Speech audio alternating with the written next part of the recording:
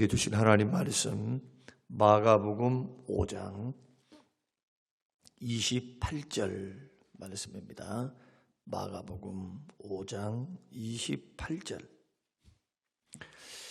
이는 내가 그의 옷에만 손을 대어도 구원을 받으리라 생각하빌러라. 아멘. 아멘. 어제 말씀 계속 이어서 작은 믿음에서 큰 믿음으로 나아가기 위해서 우리는 어떻게 해야 하는가? 특히 혈루증을 앓았던 이 여인의 병 고침의 과정을 우리가 보면서 주님은 어떠할 때 능력을 베푸셨고 어떠할 때 크게 그 믿음을 칭찬하셨는가? 이러한 부분들을 통해서 저도 여러분도 믿음 생활하는 과정 속에서 작은 믿음에서 큰 믿음으로 성장해 가는 저와 여러분들이 꼭 되시길 바랍니다. 히브리서 10장의 말씀만 봐도 믿음에서 뒤로 물러가면 주께서 기뻐하지 않는다. 내 마음이 저를 기뻐하지 않는다. 믿음은 자꾸 성장해 가야지 뒤로 후퇴하거나 정체해서는 안 되는 것이다. 믿음은 자라가야 하고 믿음은 급이 있습니다. 적은 믿음이 있고 큰 믿음이 있고 주님께서 칭찬하는 믿음이 있고 책망하는 믿음이 있어요. 제자들을 향해서는 주께서 책망하셨죠. 믿음이 적은 자들아 그렇게 책망하셨습니다. 기적을 봐놓고도 은혜를 경험했으면서도 예수님 입으로 나오는 그 주옥 같은 말씀을 직접 들었으면서도 문제가 생기고 어려움이 생기면 믿음은 도망가 버려요. 그리고 환경 안에 두려워 떨고 있는 그러한 제자들의 모습을 보시면서 주님은 믿음은 적은 자들아 그렇게 책망하셨습니다. 그리고 주께서는 풍랑을 잔잔하도록 말로서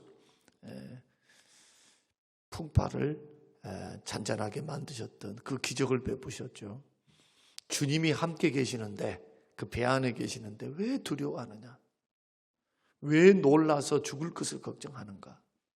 내가 함께 하고 있는데 죽은 자를 살리고 없는 것을 있는 것 같이 여기고 불가능을 가능하게 하셨던 그 전능의 하나님, 구속주 하나님, 그 주님이 함께 하는데 왜 나를 못 믿고, 그런 뜻입니다. 왜 나를 못 믿고 보이는 환경에만 춤을 추고 있는가? 믿음이 적은 사람의 특징이 바로 그런 것입니다.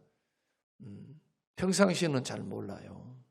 그러나 어려움을 경험해 보면 내 믿음의 바닥이 딱 드러나요. 그래서 믿음은 평상시 준비하고 있어야 돼요. 주님 말씀하셨습니다. 누가복음 18장에서 인자가 올 때 세상에서 믿음을 보겠느냐. 어떤 믿음입니까? 기도하는 믿음입니다. 항상 낙심하지 말고 기도해야 할 것을 비유로 하여 말씀하시되, 불의한 재판관의 비유를 하시면서 그렇게 말씀을 합니다. 그러니까 주님이 재림할 때 간절하게 기도하는 그러한 믿음이 있겠는가? 다 자기 잘난 맛에 살고 주님 없이도 살 수 있는 것처럼, 주의 은혜가 없고 주의 도우심이 없어도 나는 이 세상 잘 먹고 잘 살 수 있어요. 왜냐하면 세상이 평안하니까, 먹고 사는 문제가 해결되니까.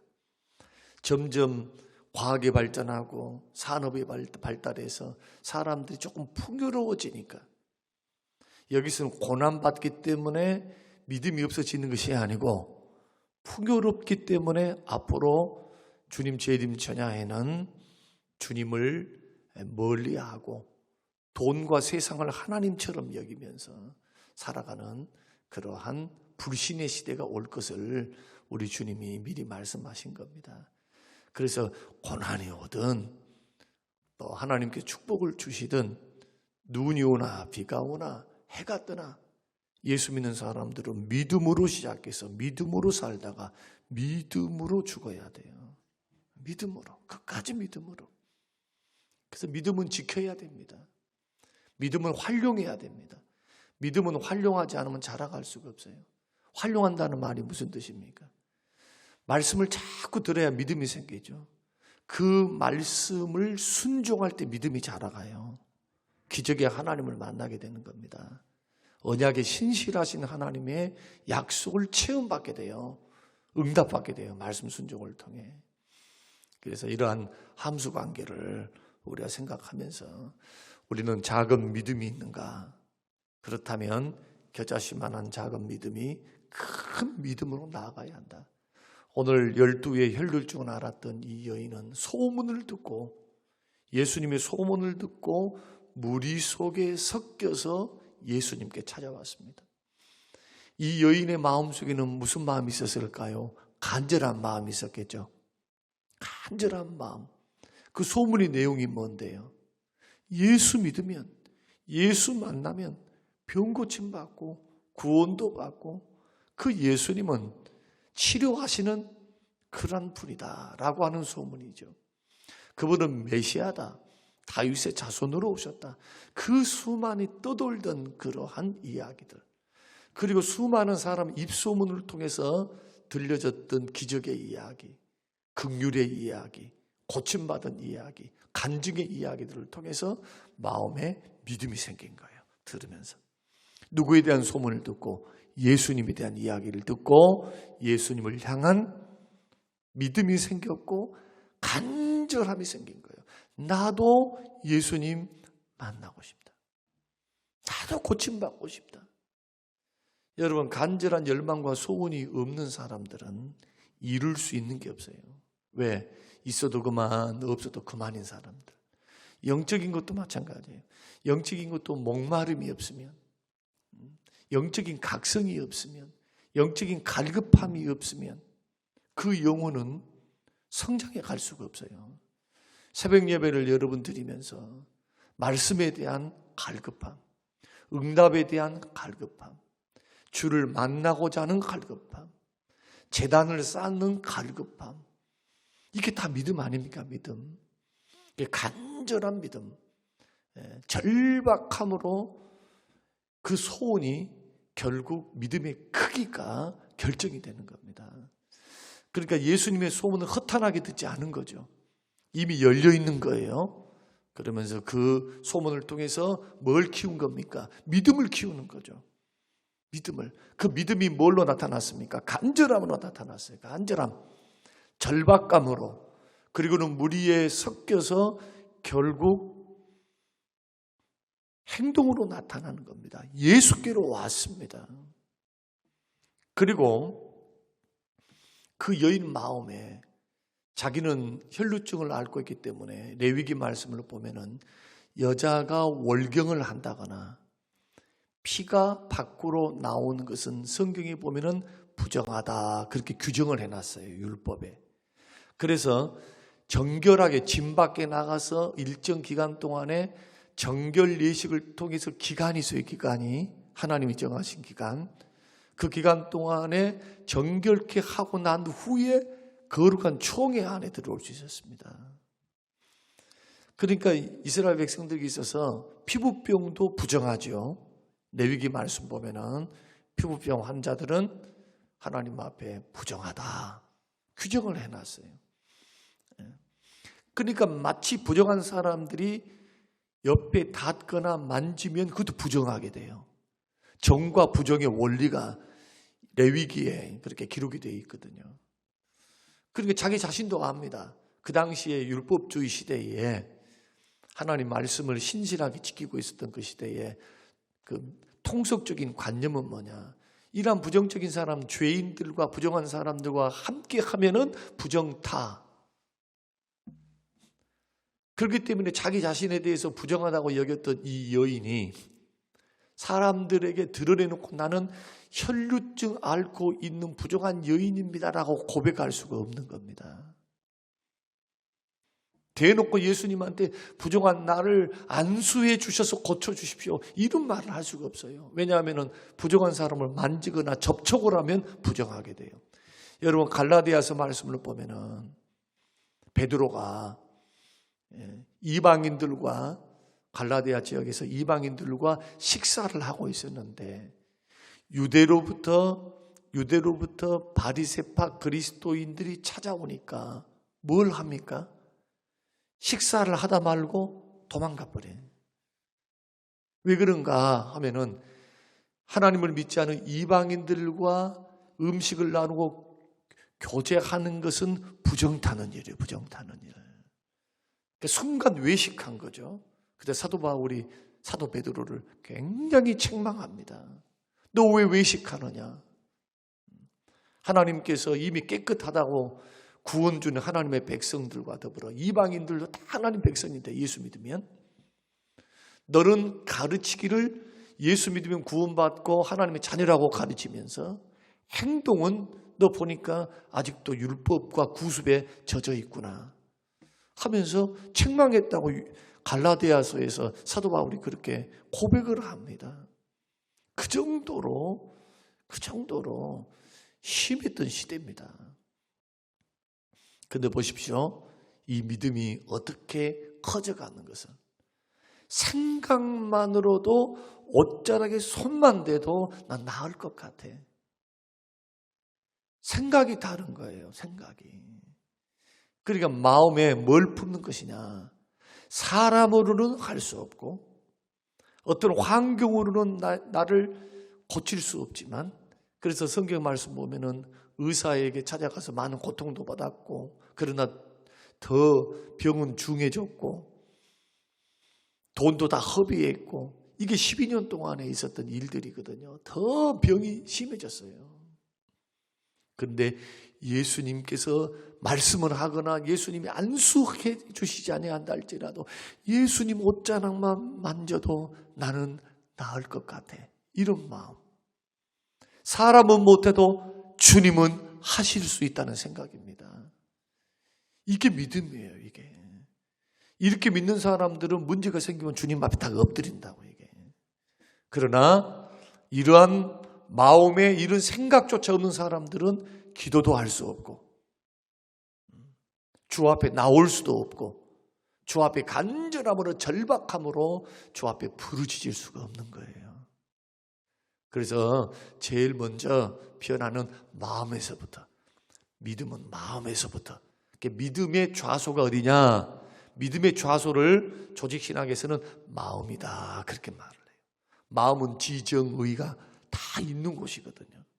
생각에서부터 이런 생각을 품는 것이 바로 믿음이다.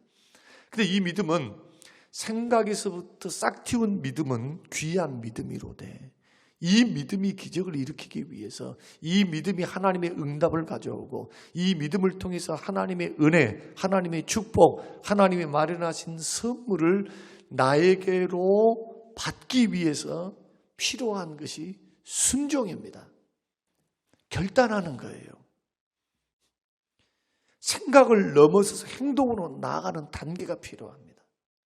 옷자락을 만져야 돼요.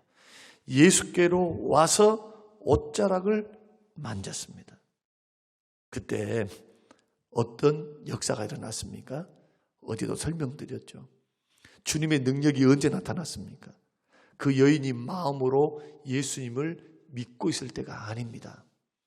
마음으로 나는 옷자락만 만져도 나을 것 같아, 그때가 아니고 옷자락을 만졌을 때 동시에 주님은 뭘 인식하시느냐? 오늘 본문의 말씀 보면 스스로 깨달았다. 뭘 깨달았습니까? 자신에게서 능력이 나가는 것을 스스로 깨달았다. 어제 말씀 살폈습니다. 동시에 일어난 겁니다. 그래서 제자들을 향해서 뭐라고 말씀하느냐? 누가 내 옷에 손을 대었느냐? 그 수많은 사람이 운집해서 서로 밀고 막 부딪히는 그 과정 속에서 주님이 제자들과 그 주변 사람들에게 이렇게 외치는 겁니다. 누가 내 옷을 만졌느냐? 그때 제자들이 말합니다. 주님, 지금 사람들이 밀치고 이 많은 사람들이 부대끼면서 다 지나치면서 이렇게 하고 있는데 어떻게 알겠습니까? 그러나 누구는 압니까? 누구는? 혈루증 여인, 병을 앓고 있었던 여인은 알았죠. 왜냐하면 옷자락을 만지는 순간 피가 멈추고 흐르는 피가 멈추고 병이 몸에서 나았음을 스스로 깨달았습니다. 병이 나았네. 고통이 사라졌네. 능력 아닙니까? 기적입니다. 은혜입니다. 이것을 어제 말씀을 드리면서 반드시 여러분의 믿음이 성장하기 위해서는 하나님의 말씀, 주님을 중심으로 해서 주가 주신 그 말씀, 그리고 말씀을 사용하시는 성령님의 역사와 감동에 자꾸 믿음을 활용해서 순종해 나가면 기적의 하나님 봅니다. 살아계신 하나님을 만나요. 응답의 하나님을 만나는 것. 이게 신앙생활입니다. 신앙생활은 지식만 쌓는 것 아닙니다. 경력만 화려하게 가져가는 것 아닙니다. 먼저 믿는 자가 나중되고 나중 믿는 자가 먼저 될 수가 있어요. 그 이유는 뭐냐? 믿음을, 겨자씨만한 믿음을 활용할 줄 아는 겁니다. 순종을 통해서 믿음이 커가는 거예요. 백문이 불여일견이요. 백문이 불여일견이에요.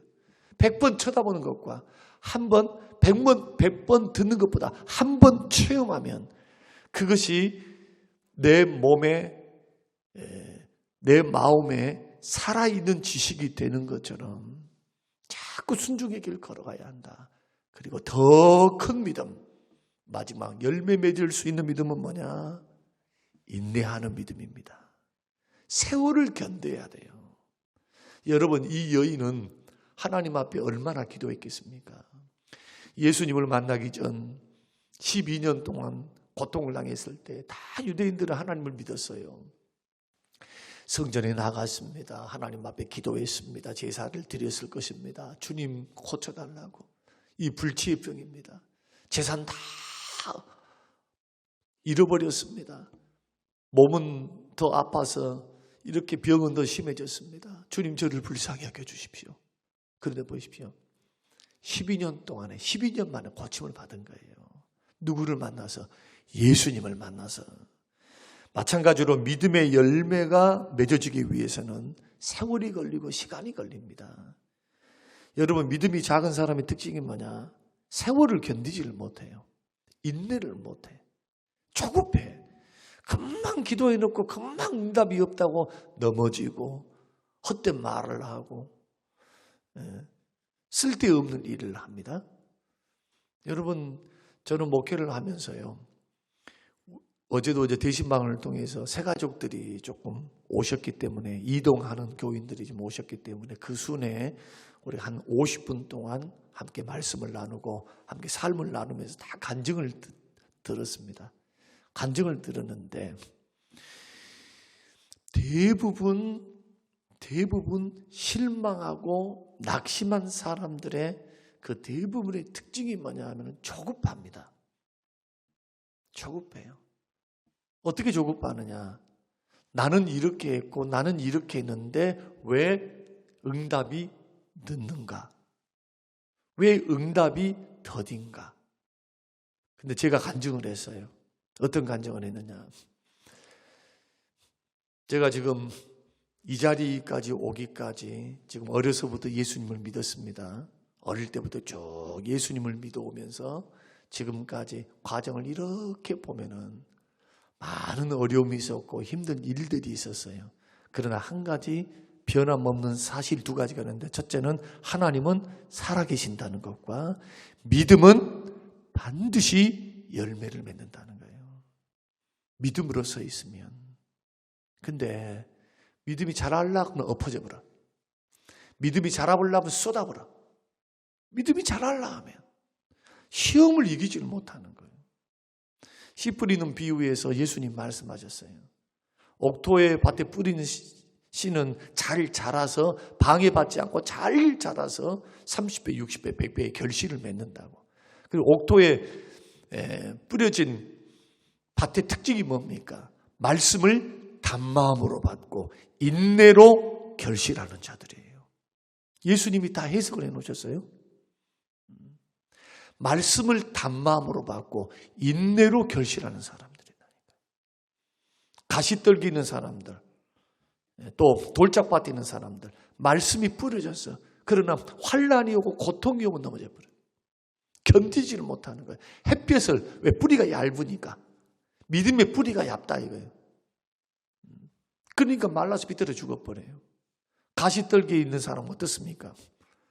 세상 염려, 돈의 걱정, 재리의 유혹, 세상 염려, 물질 걱정. 그러니까 자꾸 뭘 먹고 살까, 뭘 입고 살까. 이 세상 걱정과 돈 걱정 때문에, 돈 벌 욕심 때문에 말씀이 다 막혀버려. 말씀이. 마음에 뿌려졌던 씨앗이 인내하고 단마음으로 받고 주여 믿습니다. 하나님 말씀은 불변하십니다.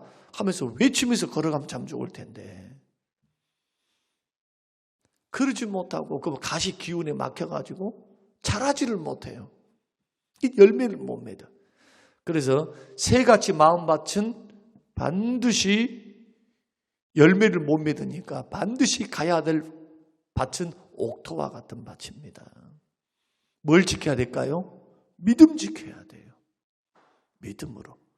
주를 끝까지 신뢰함으로. 하나님은 신실하시다. 하나님은 약속을 결단코 어기지 아니하신다. 이 말씀은 생명의 말씀이다.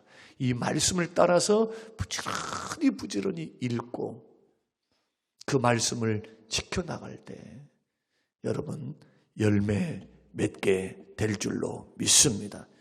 우리 주님이 왜 응답을 지연시키는가? 주님이 우리의 믿음을 외면하신다거나 우리에게 관심이 없다거나 나를 사랑하지 않기 때문이 아니라 우리를 위해서 가장 적합한 시간, 가장 필요한 때, 가장 축복의 순간에 응답을 하시는 겁니다. 그래서 하나님의 응답은 그 기간이 언제든 그 크기가 어떻든 하나님 응답하실 때가 가장 빠른 때이고 가장 복된 때다. 큰 믿음의 사람들은 그래서 그런 하나님의 신실하심과 선하심을 믿기 때문에 뭘 합니까? 세월을 견뎌요. 세월을. 막 빨리빨리 해가지고 성공하고 빨리빨리 먹게 잘 되고 빨리빨리 한 사람 넘어지면 왕창 넘어지는 사람 많아요. 오히려 연단받고 훈련받고 다듬어지고 풀무불에 깊이 연단받아서 정금같이 된 사람들은 하나님이 축복을 맡기고 물질을 맡기고 어떤 것을 맡겨도 감당할 수 있습니다. 왜? 연단받았기 때문에. 능히 이길 수 있어요. 우리는 이런 하나님의 역사 또 큰 믿음의 역사를 우리가 마음에 새기시면서 작은 믿음에서 큰 믿음으로 나아갈 수 있도록 마음에서부터 하나님은 사람은 못해도 하나님 하실 수 있다. 언제나 하나님 하실 수 있다. 하나님을 계산하고 그 믿음이 행동으로 실천되어지고 그러면서 믿음으로 순종했다면 열매를 맺기 위해서는 반드시 세월을 견뎌라. 믿음으로 인내하라. 하나님은 하나님의 때에 하나님의 방법으로 반드시 응답하신다. 오늘 이 말씀이 오늘 12년 동안 이 여인은 고침받는 것은 순간이었지만 12년 동안 하나님께 기도한 거예요. 이런 세월의 무게를 생각하면서 우리의 믿음을 다듬어 가시고 큰 믿음으로 성장해 가시는 저와 여러분이 되시기를 주님의 이름으로 축원합니다.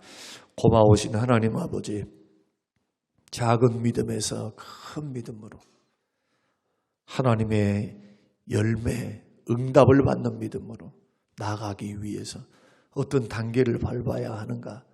우리에게 12의 혈루증 앓는 여인의 예를 통해서 말씀해 주신 것을 감사합니다.